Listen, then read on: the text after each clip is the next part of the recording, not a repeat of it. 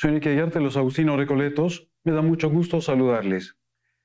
En esta ocasión quiero hablarles sobre San Agustín y San Cesario de Arles. Cesario de Arles nació el año 470, por lo tanto unos 40 años después de la muerte de San Agustín. Él se formó como monje en un monasterio del sur de Francia llamado Lerín. Allí, en ese monasterio, bajo el influjo de Juan Casiano, él emprende su propia vida monástica, su propia vida religiosa.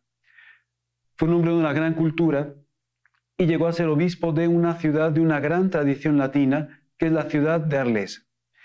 Esa ciudad sabemos que no solamente era un centro cultural, sino también un centro religioso muy importante de la Galia del siglo V, es decir, de Francia del siglo V. Como obispo se distinguió sobre todo por dos características: por ser un gran pastor, cómo va a influir dentro de su propio clero para invitar a su clero a la predicación de la palabra de Dios y la formación de su propio clero. Pero en segundo lugar, también Cesario de Arles se distingue por sus dotes diplomáticas. En ese siglo V y VI, marcado por la decadencia del Imperio Romano y por la división de los diferentes grupos que vivían en Francia, los burgundios, los francos, los galos, poder crear la paz. En esas guerras sangrientas de aquella época, ser un diplomático y un embajador de la paz. Pero con relación a San Agustín, había dos elementos muy importantes de San Cesario de Arles. En primer lugar, él es el gran recopilador de los sermones de San Agustín. Cesario de Arles se da cuenta de la importancia que tienen los sermones de San Agustín para predicar la palabra de Dios. Por lo tanto, retomará diferentes fragmentos de sermones agustinianos para componer sermones breves, sermones de una duración de 15 minutos para poder proporcionárselos a su clero. De tal forma que los sacerdotes de la Francia del siglo V podían predicar la palabra de Dios con estas mezclas, con esta síntesis de diferentes sermones agustinianos. Sería un primer gran mérito hacer que San Agustín esté cerca del pueblo fiel y de la gente más sencilla, mezclando no solamente sermones agustinianos, sino sermones también de otros padres de la Iglesia.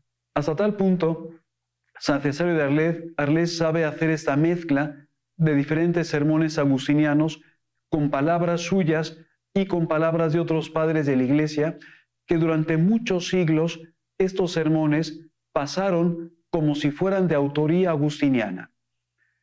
Se reconocía y se pensaba que estos sermones procedían de San Agustín.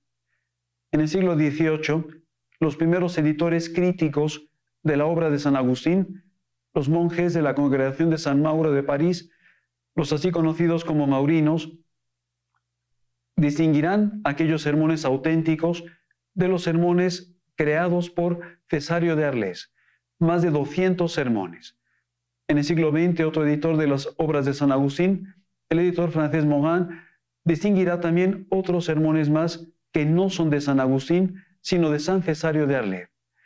Él hizo este trabajo tan cuidadoso y tan artesanal de haber resumido sermones agustinianos, añadiendo algunas palabras suyas que realmente parecen como si fueran de San Agustín, aunque realmente no lo son. Un segundo gran mérito que tiene Cesario de Arles es haber impuesto de alguna manera la doctrina de la gracia de San Agustín para combatir a los famosos semipelagianos, a estos así llamados semipelagianos, aquellos que creían que la gracia de Dios es necesaria solamente para mantenernos y llegar al final de la carrera y no para comenzar a creer.